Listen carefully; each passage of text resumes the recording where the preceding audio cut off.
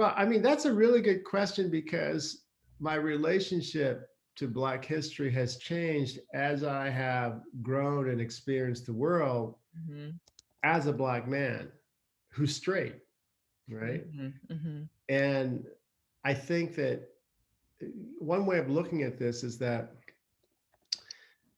when I was a young child, my mom and dad would share with me stories about, my great great great grandfather, Hmm.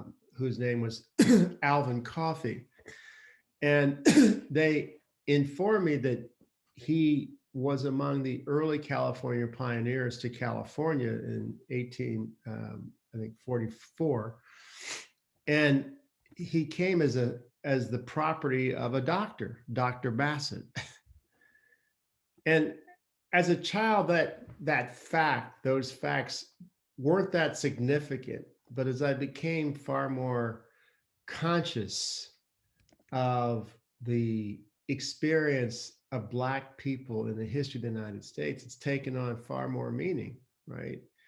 Hmm. Um, because the very idea that a doctor owned human beings as property really upset the public image of the medical professional that as this well-respected beacon of science and progress Yep. that was actually quite widespread in the mass media, in my formative years in the 1960s and 70s. Certainly that was the image of the profession itself. Hmm.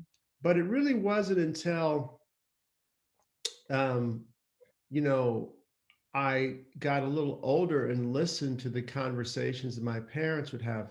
I'm from San Francisco, and believe it or not, Eric Goosby's father, Zarete Goosby, was the dentist of my parents, Wow. and he was a towering figure in San Francisco in the certainly the first and second half of the 20th century.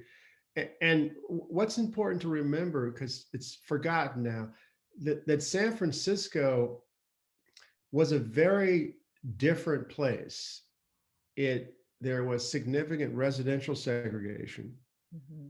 There was resistance to integration, particularly busing. Then many of the unions practice discrimination. And it really required the leadership of individuals like Dr. Goosby and members of the Black community, men and women, to advocate to break down those barriers that were invisible and explicit in some cases. And so that example of Dr. Goosby didn't really penetrate until I was much older when I started asking the question, well, how do you become a doctor or a dentist? And why so few? Yeah. Right. And so that really came home in 1973 with the Bakke lawsuit.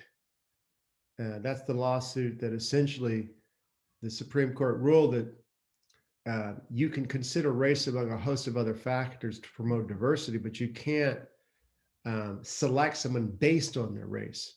Right. And what was striking about that decision is that up to that time, um, it was actually quite rare for Black people to attend and graduate from medical schools in California.